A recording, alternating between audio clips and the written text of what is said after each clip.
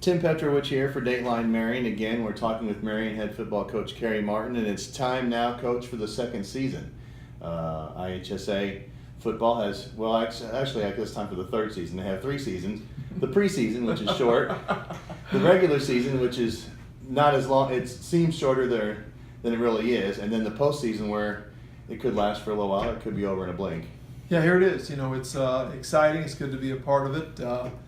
You and I have been fortunate to have many of these post-season conversations, and that's never take that for granted. That's a big deal. You got to earn your way in, and the Wildcats earned their way in again, and we're glad to be here, and hopefully we can make some noise. I want to talk a little bit about last week's game before we get into this week's playoff matchup, but Mattoon came to town, and it was a game that's a little bit different than typical Mattoon games. You guys were able to get out big second quarter, 35 points in the second quarter, and wound up winning 56-0. Talk about, in particular, the defense, because they had like 130 yards in total offense, and I think they got into Marion territory maybe once or twice in the entire game, and the defensive effort, you know, I think was pretty solid from everybody that was in there, because you played a lot of new players in the second half. We did. I think getting the safety was big, getting the interception return on about the third or fourth play of the game was big. I mean,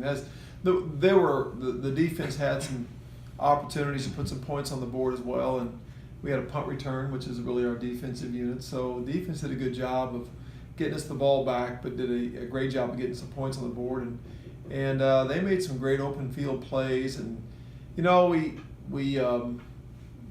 I felt like we talked last week about people getting better, teams getting better, phases of the game getting better, and I felt like we certainly have done that. And I think our defense grew up pretty fast. They had to this year. The schedule was tough early, and a young defense grew up fast and got better, and I think they played really well on Friday. I want to reflect back on the season, because we had a conversation probably in the second or third week of the season about some concerns with the defense. And, you know, the fact that they were young, but there were some things that they needed to work on. And if you go back over the course of the last 4 games of the regular season, of course, throw out Centralia, because nobody can defend Javon Williams Jr. That's just next to impossible to do. But your defense allowed only 2 touchdowns against a highly rated all-top team. Yeah. The first unit defense did not allow a score against Carbondale, and none of the defense allowed a score against Mattoon. In the last 4 games, and I guess if you go back a week earlier to the Mount Vernon game, defense has been really good the second half of the season. They have, yeah. There's no doubt they've played a lot better, and I think the work that those guys put in, and I think the confidence the kids are playing with is a big deal. You know, I think defenses need to have that confidence, have a bit of that swagger, and I think they've devoted themselves a little more to film and some other things the players have, and I think that's made a difference. And we've tried to convince some of these inexperienced players that film will slow the game down for you, because things that you see, you'll know what's coming instead of be surprised by it, and you start to get that sense of what the offense is going to do, and this formation means we're probably going to get this play, and all of a sudden you're a step faster. And you're really not a step faster in the 40-yard dash, but you're a step faster here, so you're a step faster on the field, getting to plays and making plays maybe you normally wouldn't make. So I just think overall the game plans have been solid, the kids have bought in, and they've got some confidence now, and I think that's a big deal. And even in the Centralia game, I noticed that players were in the right place at the right time. It's just that, I mean, come on, Javon, it's so hard to tackle that even when you make a good defensive play or do the right defensive technique, you still can't bring him down. That's true, and I think the frustrating part about that game was the fact that you go back and look at where our players were stationed and where they set the stake, and a lot of the things in the film are not bad. It's just we didn't make enough plays on him. And you know, part of that is us, but part of that's him. I mean, that's containing him has been an issue for nearly everybody he's played the last 3 years, and I think he played big against us in particular that night because there was a lot on the line. But you know, yeah, I think defense continues to improve, and they're going to have to really step up this week against a very good Rich Central offense. Did you expect, looking back, that kind of a game against Mattoon, or do you feel like that, especially in the second quarter, things kind of ballooned and got out of hand? And Well, you know, I knew a ball game like that was possible just because you're thinking of the psychology of the situation where your team is 2-6, you're traveling 2.5 hours south for a game that really doesn't matter. You've had your senior night, your homecoming.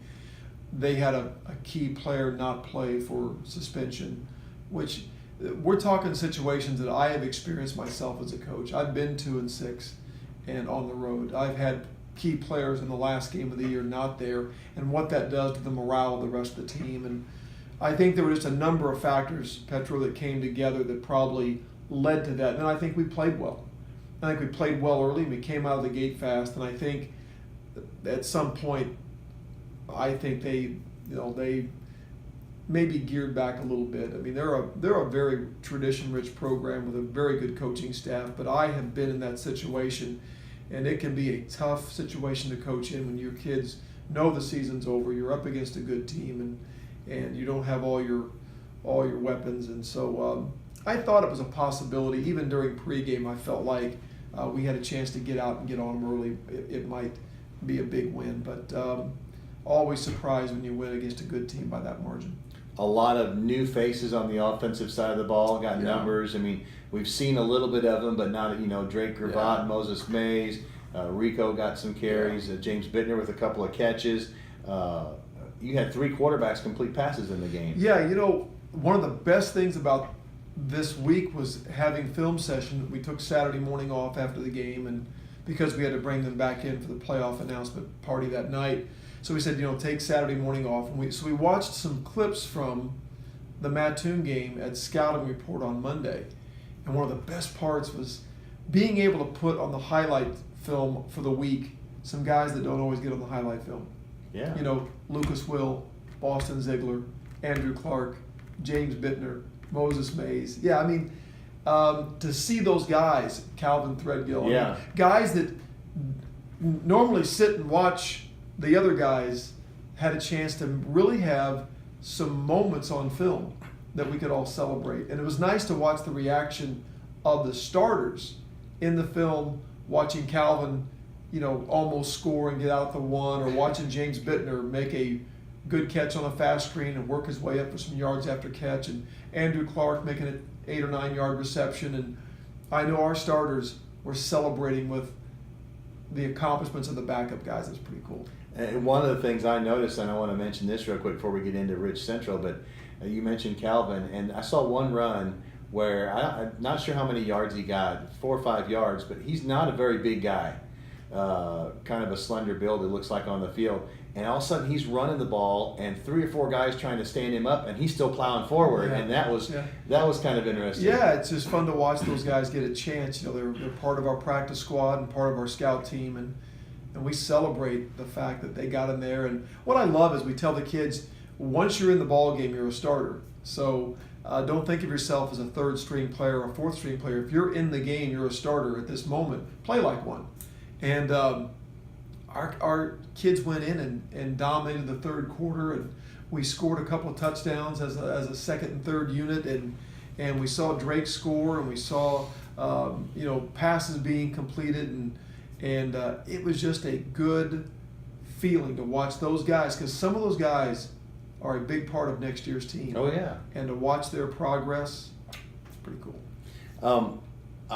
Hopefully you've had more success in finding out information about Rich Central, your playoff opponent, than I have. Here's what we know. Their nickname is the Olympians.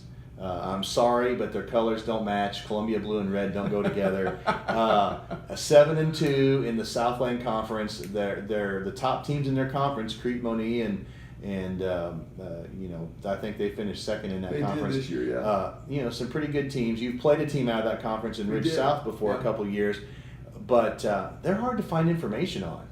Yeah, I agree with you. And the main thing was just being able to watch film and the things that we picked up on film. We don't have a lot of the normal statistical information that you normally get. You had to kind of glean that from different sites, but the quarterback is a special player, throwing and running. He's a good one. He's a big, tall, athletic young man, and he can really play. He can really do a lot of things, and I think a lot of their success hinges on him. He can do about everything for them. So In the era of the Javon Williams Jr., we've got another guy here that reminds me because of his size, but a little more of a Patrick Ivy from Cahokia kind of quarterback. Got some nice big targets to throw to, got some good kids in the backfield. They've got some really good kids on defense, one in particular defensive end, stand-up end is a handful. Backers are really aggressive. So, yeah, they're a good football team. They're very Cahokia-like as far as speed. They're very, aggressive. And so a little bit Haywood County, Tennessee style as far as their aggressive and their physicality. So certainly a formidable opponent from a conference, as you said, that has Crete Monet in it, who's been a 6A power for quite some time. And we know we got our hands full. And that was the one thing I did find, a couple of YouTube videos, highlight packages from games this season, and the thing I noticed was that the quarterback, the first thing I thought of was Javon Williams, but not because of the style he played. Yeah, you know, the reads on whether he's going to keep the ball or not, and the style that he runs, and he may not have the same size. Maybe he's a step quicker. I don't know. To me, I would think he's faster, but not as physical. So where Javon can outrun you, he can also run over you. This player is going to be more of the fleet-footed kind of. Once he gets through the second level, he's going to score. And there are some similarities between them, and I think there's some similarities about how we have to defend them. So the fact that we've seen some scrambling type quarterbacks and runners from Cahokia and from Centralia, I think we're kind of have a game plan, at least in place, to try to at least contain or neutralize that kind of threat. But he's a good one. Now it's early in the week, and I've been in contact with the athletic director, and I'm supposed to get a copy of a roster, but the things I've heard is maybe they're not quite as big as some of the teams that you played before, overall size-wise, and maybe not even as big as the Wildcats. You know, that's a good question, and some of the information we got wasn't exactly, height, weight, all kind of stuff that looked, sometimes it had the player's name and number and didn't have the height and weights finished off, so we don't exactly know, but I don't think they're a massive, huge team like we've faced before. And it's so funny because things can be deceiving on film too based on who they're playing and the size of those teams. But I wouldn't say they're a huge team. I would say that the thing that they hang their hat on is their speed and quickness and their aggressive style. So you've talked about being a Cahokia style team or a Haywood County style team. How do you feel like you match up against a team like that this year? Well, I think we match up well. I think this is not, because we faced these kinds of teams before, I think we have a game plan that I think we can adjust to some of the specifics that they do, but I think it's a good matchup for us. I don't, one of the things that you look for when you are a football team is, like you said, how you match up, and I think with our skill sets that we have and the size that we have, I think it's a decent matchup on paper. Now, sometimes you don't know until you get into the ball game. It starts with how do we match up on paper? How do you think we match up when you watch the film? You don't ultimately know until you play the game. But I think it gives us a chance, and that's all we're asking for is a chance to go out and compete and win a ball game far from home. One of the things I've noticed is that against some of the better teams they play, even though they won, they have given up some points. Yeah. And they do have there's 3 teams on their schedule that had a combined 1 win, so you kind of throw those out when you're trying to figure out what they're doing. But some of the better teams, they have given up some points, and of course the Wildcats have scored 40 points a game. So yeah, well, we're going to have to score points. There's no doubt. I mean, as I said, with a young man like this at quarterback, you're not going to stop him, but maybe we can contain him and limit his opportunities. And one way we can do that is to score points. One way we can do that is to get first downs. We got to move the football and give our defense a break and let them get recharged and put points on the board and put some pressure on them. But I think our kids are ready. I feel like our staff is ready. We've had a first couple of good days of prep, and our game plan I think is well liked by the staff, and we're kind of all on the same page. So now it'll just be a couple of days of practicing that and fine tuning that and continue to narrow it down to where we get it right where we want it for Saturday afternoon. Now, I know we've talked a lot about big plays and fast scoring and things like that. I harken back to a time when you were coaching at Sparta and I was covering DuQuoin for the playoffs, and I remember them putting together in those stretches of years some 7, 8, 9-minute drives. You'd probably like to have a couple of those, wouldn't you? You know, Saturday? those are always good, especially if they result in points. But we were just talking about that with some people about how rare it is today for a high school football team to put together a 7, 8, 9-minute drive. Well, I used to see one a week. I mean, it used to be very commonplace. I mean, you would see 2 wishbone teams or T formation teams or I formation, power I teams put together drives like that, several a game, both teams. And games were over really quick. yeah. And now, you know, you look at the clock when the game's over and it's 10:15, 10:20, you're thinking, you know, 3.5-hour high school football game is unbelievable. But yeah, that's a rare thing. But when it happens, it takes its toll. I mean, you can wear a defense down. You can, you know, I think give your defense a nice break and maybe take them out of rhythm a little bit because we've been on the other side of that, where a team has kept us on the sideline so long we felt like we lost our rhythm a little bit offensively. So it can be a weapon. Love to have that happen a little bit on Saturday. 4-hour and 15-minute drive, and I'm thinking about it, and it's like, you know, there's been regular season games the last few years like that. That's not a big deal anymore. Not as much as it used to be. I know that you and I have had a lot of conversations here about the travel, and I think a lot of it is just we've grown accustomed to trips like this. It doesn't, I mean, I don't think our kids are affected by it in any way. They seem to be, you know, kind of what we do. And usually every year we have 1 or 2 of these type trips and 2.5, 3.5 hours. And, you know, it's just become what we do, and we don't think too much about it. And we've tried to make some positives out of it well, we got a captive audience. We've got our players for this many hours, and in this case for an overnight trip. So we got a chance to have multiple walkthroughs, film sessions, look at some handouts, watch film on the bus, have some team meetings, talk about some leadership stuff. I mean, we're going to eat together, we're going to sleep together, we're going to spend a lot of time together as a program. If used correctly by players and coaches, that can be a good thing.